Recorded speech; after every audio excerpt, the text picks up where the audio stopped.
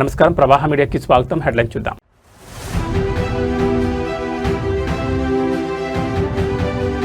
Russia వేదికగా AP పారిశ్రామిక ఘర్షణ, అల్యూమినియం దిగ్గజం రుసాల్ సంస్థతో కీలక భేటీ.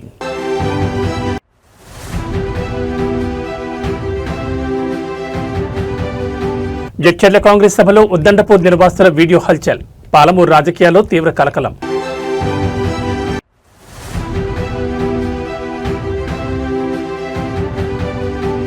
డామన్లో నమో హాస్పిటల్ ప్రారంభం, రిబన్ కట్ చేసి జాతికి అంకితం చేసిన ప్రధాని నరేంద్ర మోడీ.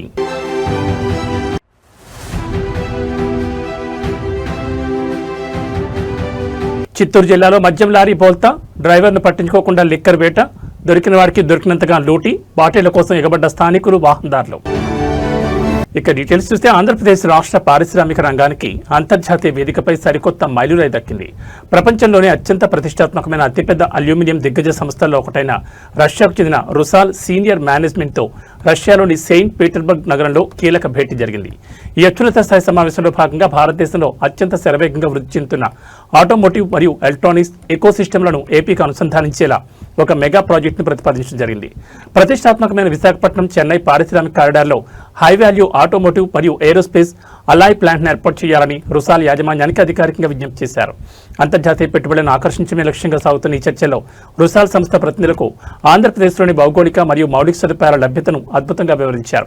ముఖ్యంగా విశాఖపట్నం చెన్నై ఇండస్ట్రియల్ కారిడార్లో అలాయ్ ప్లాంట్ను ఏర్పాటు చేయడం ద్వారా దేశీయంగా ఉన్న ఆటోమోటివ్ మరియు ఏరోస్పేస్ రంగానికి అవసరమైన అధునాతన లోహ మిశ్రమాలను నేరుగా సరఫరా చేసే వేలుంటుందని స్పష్టం చేశారు. భారతదేశ ఎలక్ట్రానిక్స్ తయారీ మార్కెట్లో ఏపీ ఇప్పటికే ముందంజలో ఉన్నందున రుసాల్ లాంటి అంతర్జాతీయ మైనింగ్ మరియు అల్యూమినియం జెయింట్ ఇక్కడ ప్లాంట్ ఏర్పాటు చేస్తే ఇది ఇరు పక్షాలకు అత్యంత లాభదాయకంగా మారుతుందని చర్చల్లో ప్రముఖంగా ప్రస్తావించారు. ఏపీ ప్రతిపాదనల పట్ల రుసాల్ సీనియర్ మేనేజ్మెంట్ సానుకూలంగా స్పందించినట్టు తెలుస్తోంది. రష్యా వేదికగా జరిగిన ఈ గ్లోబల్ బిజినెస్ మీట్ సక్సెస్ కావడం పట్ల ఏపీ పారిశ్రామిక వర్గాలు హర్షం వ్యక్తం చేస్తున్నాయి. ఈ మెగా ప్లాంట్ గనుక కార్యరూపం దాలిస్తే ఏపీ మెటలర్జీ, ఏరోస్పేస్ రంగాల్లో సరికొత్త రికార్డులు సృష్టించడం ఖాయంగా కనిపిస్తోంది.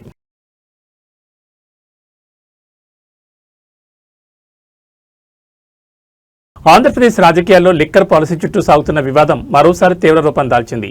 కూటమి ప్రభుత్వం వర్సెస్ వైసీపీ నేతల మధ్య సవాళ్లు ప్రతి సవాళ్లు నడుస్తున్న తరుణంలో మాజీ మంత్రి అంబటి రాంబాబు ముఖ్యమంత్రి చంద్రబాబు నాయుడిని టార్గెట్ చేస్తూ అత్యంత ఘాటు వ్యాఖ్యలు చేశారు. గత 2014-19 మధ్యకాలంలో చంద్రబాబు తన సిండికేట్ల ద్వారా రాష్ట్రంలో వేలాది ప్రైవేట్ దుకాణాలు, బెల్ట్ షాపులను నడిపించి ఏకంగా 25,000 కోట్ల మేర భారీ స్కామ్కు పాల్పడ్డారని అంబటి ఆరోపించారు. ఇప్పుడు అధికారాన్ని అడ్డం పెట్టుకుని ఆ పాత కేసులను క్లోజ్ చేసే ప్రయత్నం చేస్తున్నారంటూ ఆయన మండిపడ్డారు. గత వైఎస్ఆర్ కాంగ్రెస్ పార్టీ ప్రభుత్వ హయాంలో జరిగినట్లు చెబుతున్న మద్యం అక్రమాలపై కూటమి ప్రభుత్వం దర్యాప్తు జరుపుతున్న నేపథ్యంలో మాజీ మంత్రి అంబటి రాంబాబు గట్టి కౌంటర్ ఇచ్చారు. నాడు 2014-2019 మధ్యకాలంలో టీడీపీ నేతలు సిండికేట్లుగా మారి ఎంఆర్పీ కంటే ఎక్కువ ధరలకు మద్యం అమ్ముతూ పర్మిట్ రూమ్ల పేరిట దోపిడీకి పాల్పడ్డారని ఆయన ధ్వజమెత్తారు. తమ వైఎస్ఆర్సీపీ ప్రభుత్వం అధికారంలో ఉన్నప్పుడు ప్రభుత్వం ఆధ్వర్యంలోని ఎంతో పారదర్శకంగా మద్యం విధానం నడిపించామని స్పష్టం చేశారు. తప్పులన్నీ తానే చేసి ఇప్పుడు ఆ కేసుల నుంచి తప్పించుకోవడం చూస్తూ తమపై తప్పుడు ఆరోపణలు చేయడం చంద్రబాబుకి చెల్లిందంటూ అంబటి రాంబాబు తీవ్రస్థాయిలో విరుచుకుపడ్డారు. అంబటి రాంబాబు చేసిన వ్యాఖ్యలపై అధికార తెలుగుదేశం మరియు కూటమి నేతలు సైతం అంతే వేగంగా స్పందిస్తున్నారు. గత ప్రభుత్వ హయాంలో జరిగిన లిక్కర్ మాఫియా దందా త్వరలోనే పూర్తిగా బయటపడుతుందని, అందువల్లే వైసీపీ నేతలు భయంతో ముందస్తుగా ఇలాంటి తప్పుడు ఆరోపణలు చేస్తున్నారని కౌంటర్ ఇస్తున్నారు. ఏదేమైనా ఏపీలో ఈ లిక్కర్ స్కామ్ పాలిటిక్స్ ఇప్పుడు రెండు పార్టీల మధ్య తీవ్ర యుద్ధానికి దారితీసింది. 25,000 కోట్ల స్కామ్ చేశాడు నారా చంద్రబాబు నాయుడు గారు. నేను ఈ సందర్భంగా చెప్తాను, ఇంతకు ముందు కూడా అనేక సందర్భాల్లో వైఎస్ఆర్ కాంగ్రెస్ పార్టీ చెప్పింది. సిండికేట్ల ద్వారా 4,380 ప్రైవేటు మద్యం దుకాణాలు నడిపారు. మొత్తం రాష్ట్రంలో 4,380 ప్రైవేటు దుకాణాలు నడిపారు. 4,380 పర్మిట్ రూములు నడిపారు. ఇవి కాకుండా 40,000 బెల్ట్ షాపులు నడిపారు.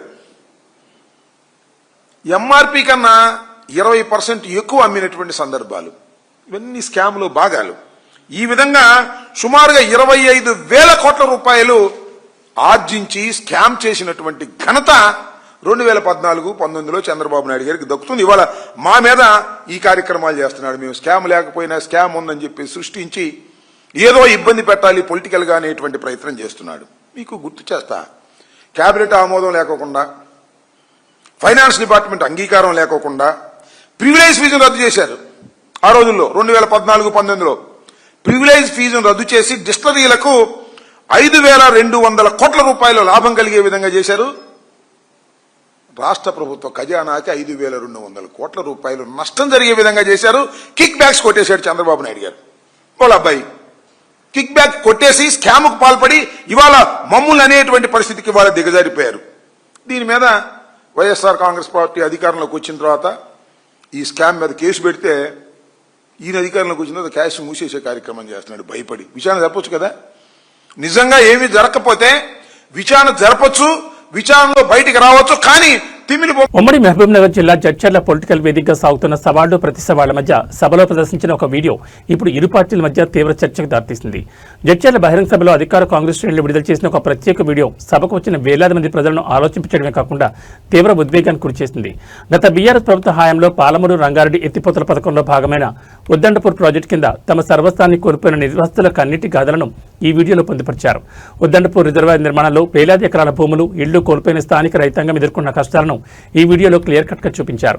నాడు తమకు చట్టబద్ధంగా అందాల్సిన నష్టపరిహారం, పునరావాస ప్యాకేజీలను ఇవ్వకుండా గత గులాబీ ప్రభుత్వం పోలీస్ బలగాలను ప్రయోగించి తక్కువ ధరలకే భూములను ఎలా స్వాధీనం చేసుకుందో రైతులు కన్నీటితో వివరించిన తీరు సభలో అందరినీ కదిలించింది. తమ సొంత గడ్డపైని హక్కులు కోల్పోయి అటు పరిహారం అందక ఇటు ఉపాధి లేక ఏళ్ల తరబడి కోట్ల చుట్టూ ఆఫీసుల చుట్టూ తిరిగిన దౌర్భాగ్య పరిస్థితిని ఈ నిరసన వీడియోలో కండ కట్టినట్లు ప్రజల ముందుకు తెచ్చారు. జడ్చర్ల సభలో ఈ వీడియో ప్లే కావడంతో కాంగ్రెస్ శ్రేణులు బీఆర్ఎస్ టార్గెట్ గా పొలిటికల్ అటాక్ ముమ్మరం చేశాయి. పాలమూరు రైతుల పొట్టగొట్టి ప్రాజెక్టుల పేరిట దోపిడీ చేశారనడానికి ఉద్దండపూర్ రైతుల కన్నీళ్లే నిదర్శనమని విమర్శిస్తున్నాయి. అయితే ఈ ఆరోపణలను బీఆర్ఎస్ నేతలు తోసిపుచ్చుతున్నారు.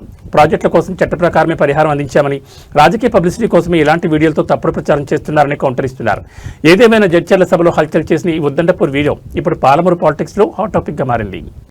మాట్లాడే ముందు ఒక వీడియో సీఎం గారికి చూపించాలని చెప్పేసి ఒక వీడియో 2 నిమిషాల వీడియో తయారు చేస్తాము, అదొక్కటి పెట్టాల్సిందిగా కోరుకుంటున్నాం.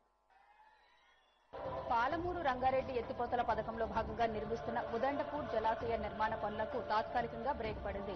3 నెలల్లో ఇస్తామన్న పరిహారం 9 నెలలు గడిచినా ఇవ్వకపోగా అధికారులు చేపట్టిన సర్వే తప్పుల తడకగా మారడంతో నిర్వాసితులు ఆగ్రహం వ్యక్తం చేశారు. ఉదండపూర్ రిజర్వాయర్ పనులు అడ్డగింత, పరిహారం కోసం వల్లూరు గ్రామస్తులు ఆందోళన. భూములు సర్వే చేసి 3 ఏళ్లవుతున్నా నష్టపరిహారం, ఇండ్ల స్థలాలు చూపించడం లేదంటూ రాస్తారోకో చేశారు. సీఎంను కలిసేందుకు వచ్చిన నిర్వాసితుల్ని పోలీసులు అరెస్టు చేసి పంజాగుట్ట పోలీస్ స్టేషన్ కు తరలించారు. ఏ అధికారి ఎందుకు సమాధానం చెప్తలేరు? ఇవన్నీ నిలదీసి అడిగితే మీరు ఏం చేసుకుంటారో చేసుకోండి అని. అప్పుడు ఇస్తాము ఇప్పుడు ఇస్తాము అని చెప్పి పొంగడమే ఉంది తప్ప కానీ మాకు న్యాయం అయితే జరగట్లేదు.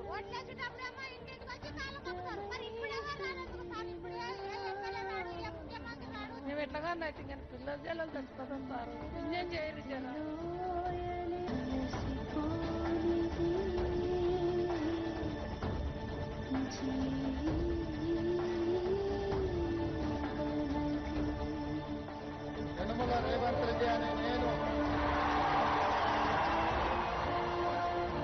ఉదండపూర్ కింద ఉన్న విలేజెస్ R&R ప్యాకేజ్ ఈ రోజు వరకు కంప్లీట్ కాలేదు.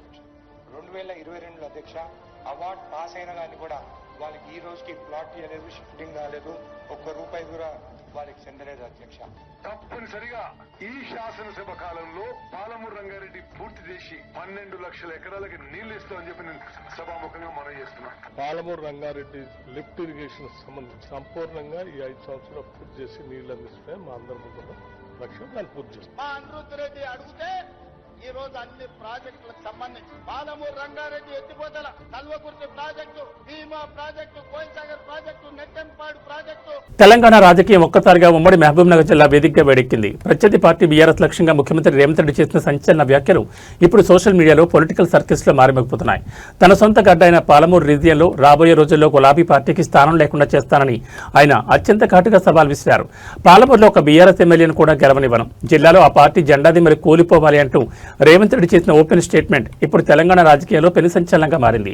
ఉమ్మడి మహబూబ్నగర్ జిల్లా రాజకీయాలపై పట్టు సాధించేందుకు కాంగ్రెస్ బీఆర్ఎస్ పార్టీల మధ్య చాలా రోజులుగా పంతాలు పట్టింపులు నడుస్తున్నాయి. ఈ క్రమంలోని జిల్లాలో పర్యటించిన ముఖ్యమంత్రి రేవంత్ రెడ్డి గత ప్రభుత్వ వైఫల్యాన్ని ఎండగడుతూనే బీఆర్ఎస్ క్యాడర్ను తీవ్రస్థాయిలో హెచ్చరించారు. రాబోయే ఎన్నికల నాటికి పాలమూరు మట్టిలో గులాబీ జెండా కనిపించకుండా చేస్తామని, ఇక్కడ నియోజకవర్గాల్లో ఒక్క బీఆర్ఎస్ అభ్యర్థిని కూడా అసెంబ్లీ గేట్ తాకనివ్వనని ధీమా వ్యక్తం చేశారు. ఊరూరా ఉన్న బీఆర్ఎస్ జెండా దిమ్మలను కాంగ్రెస్ సునామీతో కూల్చేస్తామని రేవంత్ రెడ్డి పలికిన డైలాగ్ను కాంగ్రెస్ శ్రేణుల్లో సరికొత్త జోష్ నింపగా బీఆర్ఎస్ వర్గాల్లో తీవ్ర ఆగ్రహాన్ని రేకెత్తిస్తున్నాయి. సీఎం రేవంత్ రెడ్డి చేసిన వ్యాఖ్యలపై బీఆర్ఎస్ ముఖ్య నేతలు సైతం అంతేఘాటుగా స్పందిస్తున్నారు. పాలమూరు గడ్డ ఎప్పుడు కేసీఆర్కి మరియు బీఆర్ఎస్ పార్టీకి అండగా నిలిచిందని రేవంత్ రెడ్డి పగటి కలల కన్నా మానుకోవాలని కౌంటర్ ఇస్తున్నారు. ఏదేమైనా రేవంత్ రెడ్డి వర్సెస్ బీఆర్ఎస్ నేతల సభలతో ఉమ్మడి మహబూబ్నగర్ జిల్లా పాలిటిక్స్ ఇప్పుడు పీక్స్ కు చేరాయి. ఈ వేలాది మంది సాక్షిగా పాలమూరు బిడ్డగా చంద్రశేఖరరావు రాసి పెట్టుకొని డైరీలా పాలమూరు జిల్లాలని జెండాను ఎగరనీయం, గద్దెలు దిగాలే, దిమ్మెలు గూలాలే. ఈ పాలమూరు గడ్డ మీద నీ గుర్తు అనేది ఇక మర్చిపో. నీ గుర్తు నీ ఎమ్మెల్యే అనేది గతమే. భవిష్యత్తులో ఒక్కరిని కూడా గెలవని అని ఇవాళ ఈ బిడ్డలకు అన్ని కష్టాలు తీరవడానికి ఈ వేదిక మీద ఉన్న మేమందరం ఉన్నాం. దేశవ్యాప్తంగా మౌలిక వసతుల కల్పనతో పాటు పేద మధ్యతరగతి ప్రజలకు నాణ్యమైన వైద్యాన్ని అందుబాటులోకి తెచ్చే క్రతువులో కేంద్ర ప్రభుత్వం మరో కీలక అడుగు వేసింది. కేంద్ర పాలిత ప్రాంతమైన డామన్లో అత్యాధునిక మౌలిక వసతులతో నిర్మించిన సరికొత్త జిల్లా ఆసుపత్రి నమో హాస్పిటల్ను ప్రధాని నరేంద్ర మోడీ ఈ రోజు రిబ్బన్ కట్ చేసి అధికారికంగా ప్రారంభించారు. స్థానిక ప్రజలకు మెరుగైన నాణ్యమైన ఆరోగ్య సేవలను మరింత చేరువ చేయడమే లక్ష్యంగా ఈ సూపర్ స్పెషాలిటీ స్థాయి జిల్లా ఆసుపత్రిని కేంద్ర ప్రభుత్వం తీర్చిదిద్దింది. డామన్ అండ్ డయ్యూ పరిధిలో గల పేద ప్రజలు గతంలో పెద్ద వైద్యం కోసం పక్క రాష్ట్రాలపై ఆధారపడాల్సి వచ్చేది. ఈ సమస్యకు శాశ్వత పరిష్కారం చూపుతూ కేంద్ర ప్రభుత్వం ఈ అత్యాధునిక హాస్పిటల్ నిర్మించింది. ఈ ఆసుపత్రి అందుబాటులోకి రావడం ద్వారా ప్రతిరోజు దాదాపు 1500 మందికి పైగా ఓపీడీ రోగులకు అత్యుత్తమ వైద్య సేవలు అందనున్నాయి. ఆసుపత్రిలోని విభిన్న వార్డులు, అత్యాధునిక ఆపరేషన్ థియేటర్లు మరియు డయాగ్నోస్టిక్ సెంటర్లను ప్రధాని మోడీ స్వయంగా పరిశీలించి అక్కడ ఏర్పాటు చేసిన వైద్య సదుపాయాలపై సంతృప్తిని వ్యక్తం చేశారు. రాబోయే రోజుల్లో ఈ ప్రాంత హెల్త్ ప్రొఫైల్ను మార్చడంలో నమో హాస్పిటల్ కీలక పాత్ర పోషించనుంది. దేశంలోని ప్రతి పౌరుడికి తక్కువ ఖర్చుతో కూడిన కార్పొరేట్ స్థాయి వైద్యం అందించడమే తమ ప్రభుత్వ ధ్యేయమని ఈ సందర్భంగా ప్రధాని మోడీ స్పష్టం చేశారు. డామన్, దాద్రా నగర్ హవేలీ ప్రాంతాల రూపురేఖలు మారుస్తూ కేంద్ర ప్రభుత్వం అందిస్తున్న ఈ సరికొత్త ఇన్ఫ్రాస్ట్రక్చర్ గిఫ్ట్ పట్ల స్థానిక ప్రజల నుంచి పండగ వాతావరణం వ్యక్తమవుతోంది.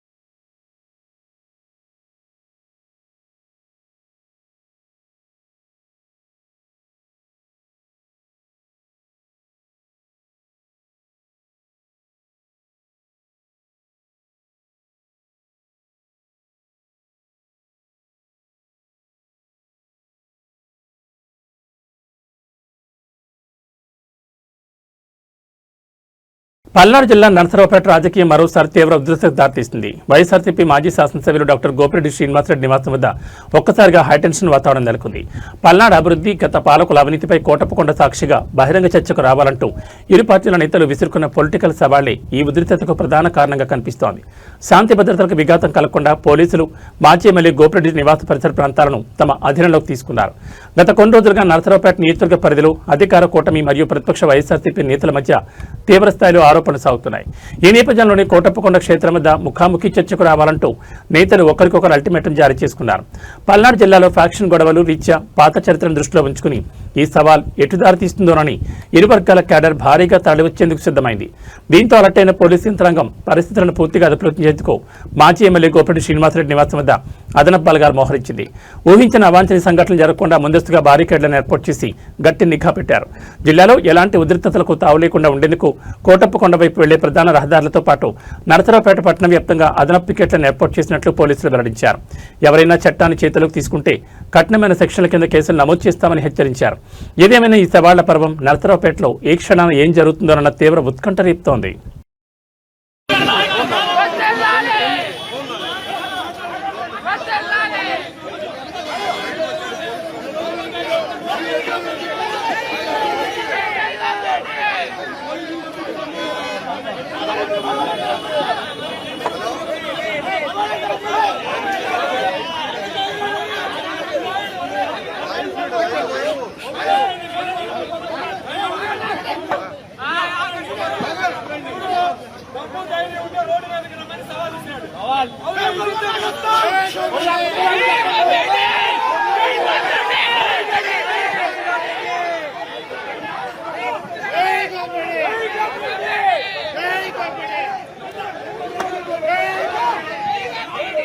చిత్తూరు జిల్లాలో మందిబాబులకు ఊహించని రీతిలో అదృష్టం కలిసొచ్చింది. రోడ్డుపై వెళ్తున్న ఒక లారీ బోల్తా పడ్డమే ఆలస్యం.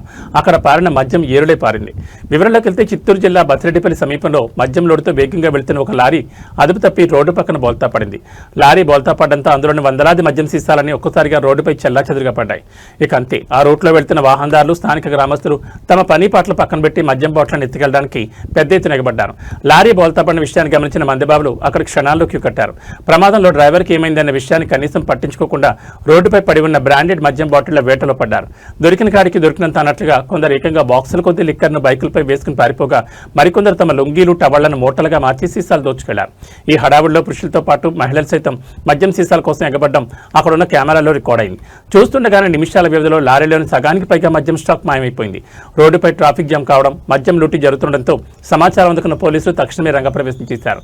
లాఠీలతో ఘటనా స్థలానికి చేరుకున్న పోలీసులు మద్యం బాటిళ్ల కోసం ఎగబడ్డ జనాన్ని చెల్లాచెదురుగా తరిమికొట్టారు. పోలీసులు వచ్చేసరికి అప్పటికే మెజార్టీ స్టాక్ మాయమవగా మిగిలిన కొన్ని సీసాలను అధికారులు భద్రపరిచి స్టేషన్కి తరలించారు. ఏదేమైనా చిత్తూరు జిల్లాలో జరిగిన ఈ వింత మద్యం దోపిడీ వీడియోలు ప్రస్తుతం సోషల్ మీడియాలో తెగ ట్రెండ్ అవుతున్నాయి.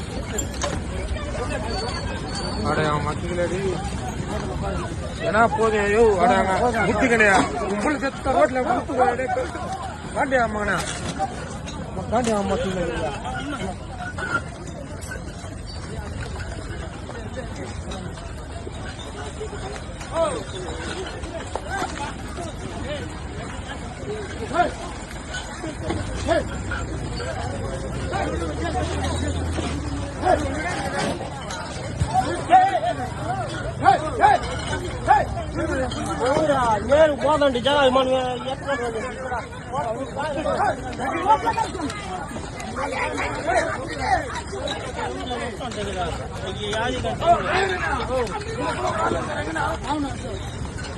பண்ண முடியும்ண்ணா ஒத்தனா இவ்வளோ நான் வர்றேன் 6 மணி நேரம் கண்ட்ரோல் பண்ணனா நான் என்ன பண்றது சொல்லு யாரும் அவன் வரலையே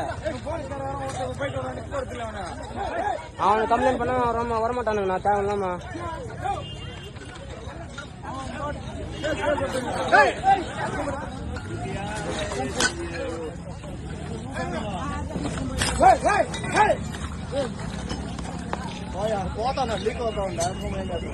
హైదరాబాద్ మహానగరంలో చట్ట వ్యతిరేక అసాంఘిక కార్యకలాపాలకు అడ్డాగా మారుతున్న లాడ్జీలు, హోటళ్లపై సిటీ పోలీసులు ఉక్కుపాదం మోపారు. నగరంలోని అత్యంత రద్దీ ప్రాంతాలైన అమీర్పేట్, ఎస్ఆర్ నగర్ పరిధిలోని ఓయో రూమ్స్ లో పోలీసు యంత్రాంగం అర్ధరాత్రి వేళ ఏకంగాహంలో ఆకస్మిక తనిఖీలు నిర్వహించింది. పోలీస్ కమిషనర్ సజ్జన స్వయంగా క్షేత్రస్థాయికి చేరుకుని ఈ తనిఖీలు పర్యవేక్షించడం నగర వ్యాప్తంగా తీవ్ర సంచలనం రేకెత్తించింది. నగరంలో నేరాల నియంత్రణ, అనుమానితుల కదలికపై నిఘా ఉంచే యాక్షన్ ప్లాన్ లో భాగంగా పోలీసులు ఈ దాడులు చేపట్టారు. అమీర్పేట్, ఎస్ఆర్ నగర్ ఏరియాలోని పలు ఓయో హోటళ్లలో ప్రవేశించిన ప్రత్యేక పోలీసు బృందాలు గదుల్లో ఉంటున్న వారి వివరాలను, హోటల్ మెయింటెనెన్స్ రిజిస్టర్లను క్షుణ్ణంగా తనిఖీ చేశాయి. కమిషనర్ సజ్జన స్వయంగా హోటల్ లాబీల్లో సీసీటీవీ కెమెరాల పనితీరును మరియు గత కొన్ని రోజుల రికార్డింగ్ ఫుటేజ్లను పరిశీలించారు. స్థానిక మేనేజర్లకు కఠిన మార్గదర్శకాలు జారీ చేస్తూ సరైన గుర్తింపు కార్డులు లేకుండా ఎవరికీ గదులు ఇవ్వకూడదని, హోటల్లో ఎలాంటి అసాంఘిక పనులు జరిగినా యాజమాన్యాలదే పూర్తి బాధ్యతను స్పష్టం చేశారు. ఒకవైపు ఓయో రూమ్స్ తనిఖీలు జరుగుతుండగానే మరోవైపు ఆపరేషన్ కవచ్ పేరిట హైదరాబాద్ నగర వ్యాప్తంగా వాహనాల తనిఖీలను పోలీసులు మరింత ముమ్మరం చేశారు.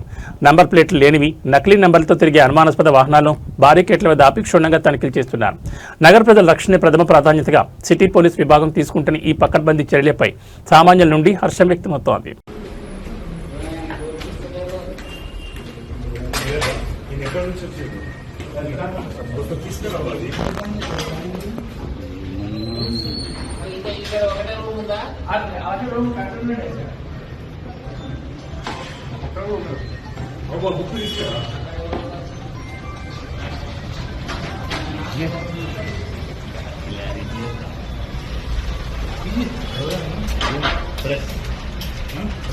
मालूम है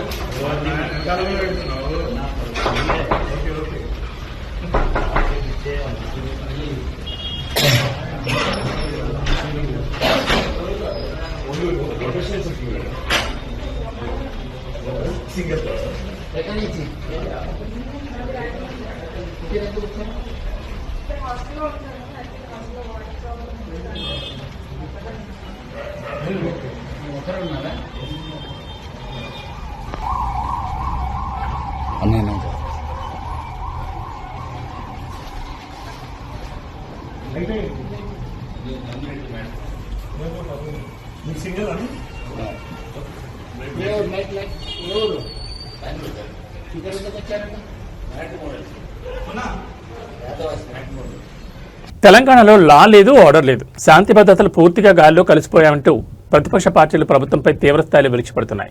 ముఖ్యమంత్రి రేవంత్ రెడ్డి హోంశాఖ మంత్రిగా బాధ్యతలు చేపట్టిన తర్వాత రాజధాని హైదరాబాద్లో నేరాలు, దారుణ హత్యల సంఖ్య రోజురోజుకు పెరిగిపోతోందని ఆందోళన వ్యక్తమవుతోంది. ఇటీవల సికింద్రాబాద్ కంటోన్మెంట్ నియోజకవర్గం సంజీవి నగర్లో గంజాయి ముఠా చేతిలో దారుణంగా హత్యకు గురైన యువకుడు శ్రవణ్ కుటుంబాన్ని బీఆర్ఎస్ నేత డాక్టర్ మన్నీర్ కృష్ణాంక్ పరామర్శించారు. 4 రోజుల క్రితం సంజీవి నగర్లో శ్రవణ్ అనే యువకుడిని గంజాయి తాగిన కొందరు దుండగులు దారుణంగా కత్తితో పొడిచి చంపారు. అయితే ప్రమాదం ముందే పొంచి ఉందని గ్రహించిన కుటుంబ సభ్యులు ఘటన జరిగిన రాత్రి 11:28 డయల్ 100కు ఫోన్ చేసినా పోలీసులు రావడానికి ఏకంగా 40 నిమిషాల సమయం పట్టిందని బాధితులు కన్నీరు మున్నీరవుతున్నారు.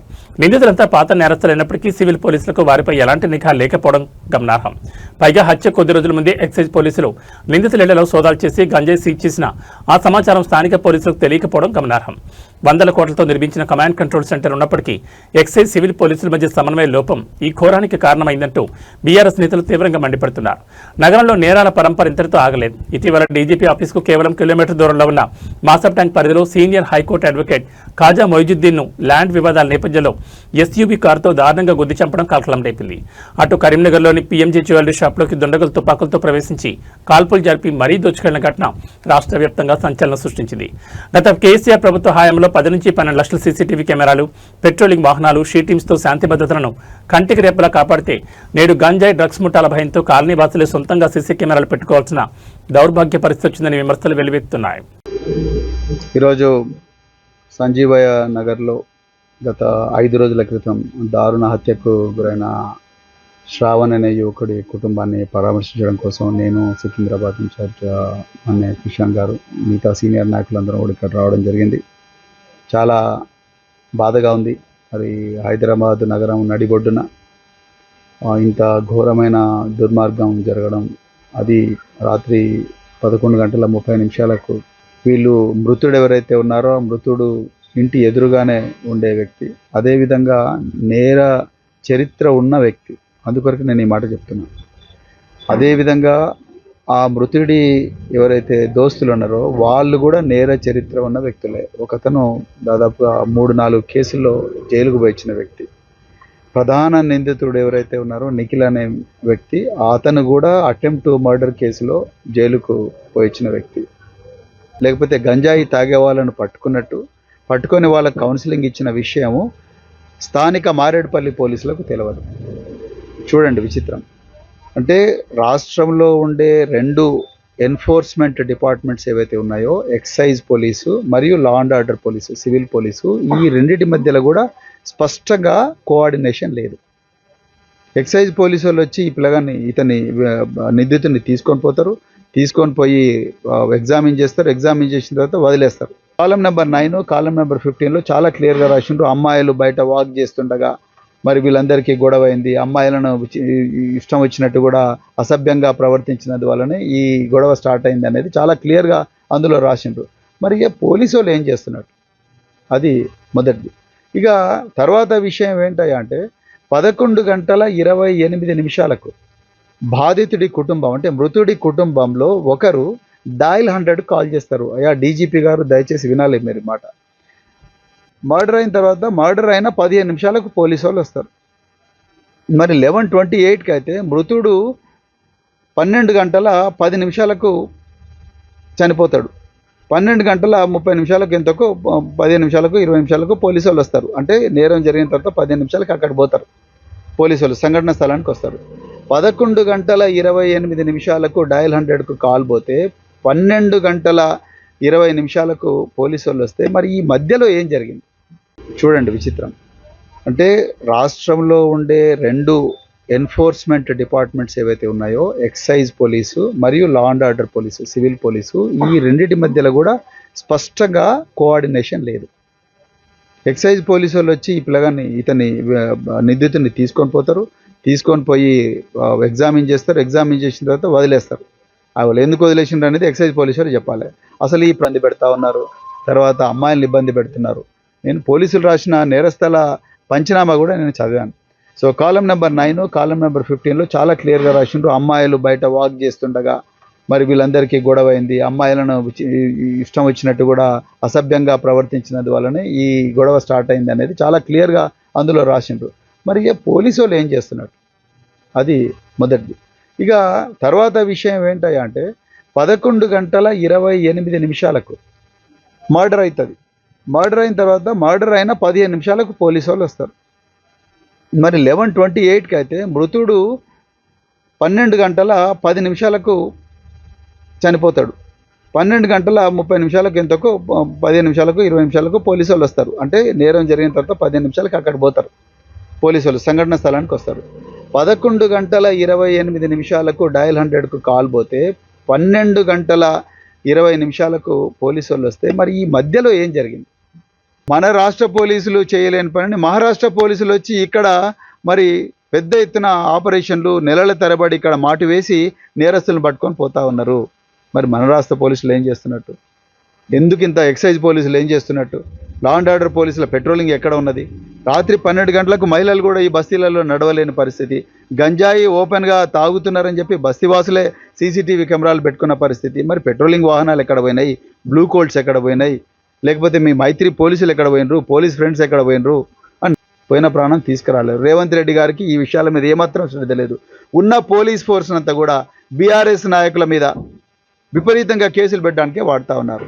ఇక్కడే ఉన్న సికింద్రాబాద్ ఇన్ఛార్జ్ డాక్టర్ మన్నె క్రిషాంక్ గారి మీద దాదాపు 35 కేసులు పెట్టిండ్రు. ఆయన మొన్న 12-15 రోజులు జైల్లో పెట్టిండ్రు.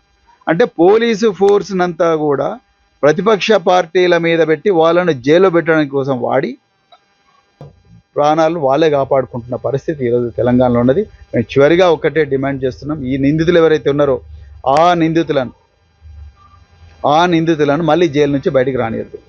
అత్యంత ఫాస్ట్గా వాళ్ళ కేసులో ఛార్జ్షీట్ ఫైల్ చేసి వాళ్ళకు బెయిల్ రాకుండా చేసి. బాలీవుడ్ బాక్స్ ఆఫీస్ వద్ద గత కొన్ని రోజులుగా సరైన సక్సెస్ లేక వెలువరిపోయిన థియేటర్లకు సరికొత్త ఆక్సిజన్ అందింది. రీసెంట్ గా ప్రేక్షకుల ముందుకు వచ్చి భారీ వసూలుతో దూసుకుపోతున్న క్రేజీ మూవీ టాలీవుడ్ ఇండస్ట్రీకి సరికొత్త జోష్ తీసుకొచ్చింది. ఈ సినిమా సాధిస్తున్న ల్యాండ్ మార్క్ విజయంపై ప్రముఖ ఫిల్మ్ డిస్ట్రిబ్యూటర్ శశి చేసిన వ్యాఖ్యలు ఇప్పుడు ఫిలిం నగర్ సర్కిల్స్ లో హాట్ టాపిక్ గా మారాయి. పెద్ద సినిమా వచ్చి ప్రతి థియేటర్కు ఆక్సిజన్ ఇచ్చింది. ఇండస్ట్రీ మొత్తానికి అత్యంత అవసరమైన సమయంలో దక్కిన అద్భుతమైన హిట్ ఇది అంటూ శశి చిత్ర యూనిట్ పై ప్రశంసలు జల్లు కురిపించారు. భారీ అంచనాల మధ్య విడుదలైన పెద్ద చిత్రం మొదటి ఆట నుంచే పాజిటివ్ టాక్ తో దూసుకుపోతోంది. ముఖ్యంగా కమర్షియల్ ఎలిమెంట్స్, అదిరిపోయే స్క్రీన్ ప్లేతో ప్రేక్షకులను థియేటర్లకు కట్టిపడేస్తోంది. ఈ విజయంపై డిస్ట్రిబ్యూటర్ శశి మాట్లాడుతుండగా సినిమా ఇండస్ట్రీ కాస్త డల్లగా ఉన్న తరుణంలో ఈ మూవీ పక్కా టైమింగ్లో వచ్చి మళ్లీ పూర్వ వైభవం తెచ్చిందని ఆనందం వ్యక్తం చేశారు. ప్రతి థియేటర్ వద్ద హౌస్ఫుల్ బోర్డులు దర్శనం ఇవ్వడం ఎగ్జిబిటర్లకు పెద్ద రిలీఫ్ ఇచ్చిందని, ఈ తరహా సాలిడ్ కమర్షియల్ సక్సెస్ కోసమే టాలీవుడ్ ఎంతో కాలంగా ఎదురుచూస్తుందని ఆయన స్పష్టం చేశారు. పెద్ద నగరాల నుంచే కాకుండా బీసీ సెంటర్ నుంచి కూడా రికార్డు స్థాయి వసూలు రావడం ఈ సినిమా స్టామినా నిరూపిస్తోంది. ట్రేడ్ వర్గాల సమాచారం ప్రకారం ఈ వీకెండ్లో కూడా పెద్ద సినిమాకు అద్భుతమైన బుకింగ్స్ నమోదవుతున్నాయి. డిస్ట్రిబ్యూటర్ శశి చెప్పినట్లుగానే ఇండస్ట్రీ మొత్తం ఊపిరి పీల్చుకునేలా చేసిన ఈ బ్లాక్ పోస్టర్ హిట్ రాబోయే రోజుల్లో ఇంకొన్ని సరికొత్త రికార్డులను క్రియేట్ చేయబోతుందో చూడాలి. యాక్చువల్గా సంక్రాంతి తర్వాత ప్రతి ఎగ్జిబిటర్ 2 రాష్ట్రాల్లో ఎవ్వరికి అసలు ఏ సినిమా కూడా కనీసం మినిమం 10% 15% ఆక్యుపెన్సీ రాని ఈ పరిస్థితుల్లో పెద్ద వచ్చి ప్రతి ఒక్కరికి నేను మీకు పెద్దోడిగా నిలబడతానని చెప్పి ప్రతి థియేటర్కి మళ్ళా ఒక ఆక్సిజన్ ఇచ్చారు. తప్పకుండా ఈ సినిమా విజయం ఇండస్ట్రీ మొత్తానికి చాలా అవసరమైన టైంలో అత్యంత దీన పరిస్థితుల్లో ఎగ్జిబిషన్ ఉన్నప్పుడు బంద్ పెట్టుకుంటున్న పరిస్థితుల్లో ఈ సినిమా వచ్చి ప్రతి థియేటర్ని ఓపెన్ చేసి ప్రతి ఎగ్జిబిటర్ని ఆనందపరిచిందని, ప్రతి ఆడియన్ ఈ అవకాశం ఇచ్చిన ప్రతి ఎగ్జిబిటర్ తరపున ధన్యవాదాలు తెలుపుతున్నానండి. థ్యాంక్స్. మరొకసారి బంగారం, వెండి కొనుగోలు చేయాలనుకునే వారికి ఇది ఒక శుభవార్త. గత కొన్ని రోజులుగా నిరంతరంగా పెరుగుతూ సరికొత్త రికార్డులను సృష్టించిన పసిడి ధరలు ఈ రోజు మార్కెట్లో ఒక్కసారిగా భారీగా దిగొచ్చాయి. అంతర్జాతీయ మార్కెట్ ప్రభావంతో హైదరాబాద్ బులియన్ మార్కెట్లో అటు బంగారం ఇటు వెండి ధరలు ఊహించని విధంగా పతనమయ్యాయి. తులం బంగారం ధరపై వేలంలో కోత పడగా వెండి కూడా భారీగా వెనక్కి తగ్గింది. హైదరాబాద్ బులియన్ మార్కెట్లో ఈ రోజు 24 క్యారెట్ల 10 గ్రాముల స్వచ్ఛమైన బంగారం ధర ఏకంగా 3,000 రూపాయలు తగ్గి 1,52,730 రూపాయల వద్ద ట్రేడ్ అవుతోంది. అదేవిధంగా ఆభరణాల తయారీకి ఉపయోగించే 22 క్యారెట్ల 10 గ్రాముల పచ్చడి ధర కూడా 2,750 రూపాయలు పతనమై ఒకేసారి 1,40,000 రూపాయల మార్కు చేరుకుంది. అటు బంగారం బాటలోనే వెండి కూడా భారీగా పతనమైంది. పరిశ్రమల డిమాండ్ తగ్గడంతో కిలో వెండి ధర ఏకంగా 10,000 రూపాయలు క్షీణించి 2,65,000 రూపాయల వద్ద కొనసాగుతోంది. కాగా తెలుగు రాష్ట్రాల్లోని వివిధ ప్రధాన నగరాల్లో స్థానిక పన్నులు, రవాణా ఖర్చులను బట్టి ఈ ధరల్లో స్వల్ప మార్పులు ఉండే అవకాశం ఉందని బులియన్ మార్కెట్ నిపుణులు చెబుతున్నారు. పెళ్లిళ్ల సీజన్ నడుస్తున్న తరుణంలో బంగారం, వెండి ధరలు ఈ స్థాయిలో తగ్గడం మధ్యతరగతి కొనుగోలుదారులకు పెద్ద రిలీఫ్ ఇచ్చిందని చెప్పాలి.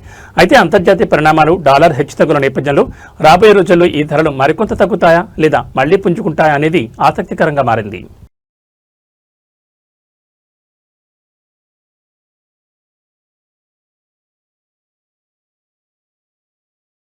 ఇక వాతావరణ విషయానికి వస్తే ఎండ తీవ్రతతో అల్లాడుతున్న తెలుగు రాష్ట్రాల ప్రజలకు వాతావరణ శాఖ చల్లని కబురు చెప్పింది. ఎంతో కాలంగా ఎదురుచూస్తున్న నైరుతి రుతుపవనాలు దేశంలో చురుగ్గా కదులుతున్నాయి. ఇప్పటికే కేరళ అంతటా విస్తరించిన రుతుపవనాలు కర్ణాటక, తమిళనాడులోని పలు ప్రాంతాలను తాకి ఇప్పుడు తెలుగు రాష్ట్రాల వైపు వేగంగా అడుగులు వేస్తున్నాయి. వీటి ప్రభావంతో ఆంధ్రప్రదేశ్, తెలంగాణ రాష్ట్రాల్లో త్వరలోనే భారీ నుంచి అతి భారీ వర్షాలు కురిసే అవకాశం ఉందని భారత వాతావరణ శాఖ హెచ్చరించింది. ప్రస్తుత సీజన్ నైరుతి రుతుపవనాలకు కేరళలో అద్భుతమైన ప్రారంభం లభించింది. కేరళను పూర్తిగా కమ్మేసిన వరుణుడు అటు గోవా, మహారాష్ట్రలతో పాటు ఇటు ఏపీ, తెలంగాణలకు విస్తరించేందుకు అనుకూలమైన పరిస్థితులు ఏర్పడ్డాయి. ఈ రుతుపవనాల రాకతో తెలుగు రాష్ట్రాల్లో గంటకు 50 నుంచి 60 కిలోమీటర్ల వేగంతో బలమైన ఈదురుగాలులు వీస్తాయని, ఉరుములు మెరుపులతో కూడిన భారీ వర్షాలు పడతాయని ఐఎండీ స్పష్టం చేసింది. ముఖ్యంగా ఆంధ్రప్రదేశ్లోని సుదీర్ఘ తీర ప్రాంతాలపై దీని ప్రభావం అత్యధికంగా ఉండబోతోంది. సముద్రం అలజడిగా మారే అవకాశం ఉన్నందున మత్స్యకారులు వేటకు వెళ్లొద్దని అధికారులు ముందస్తు హెచ్చరికలు జారీ చేశారు. రుతుపవనాల విస్తరణ వాటితో అటు అన్నదాతలు ఖరీఫ్ సాగు పనులకు సిద్ధమవుతుండగా ఇటు సామాన్య ప్రజలకు తీవ్రమైన ఉక్కపోత నుంచి ఉపశమనం లభించనుంది. అయితే ఈదురుగాలుల తీవ్రత దృష్ట్యా ప్రజలు అప్రమత్తంగా ఉండాలని అధికారులు సూచిస్తున్నారు.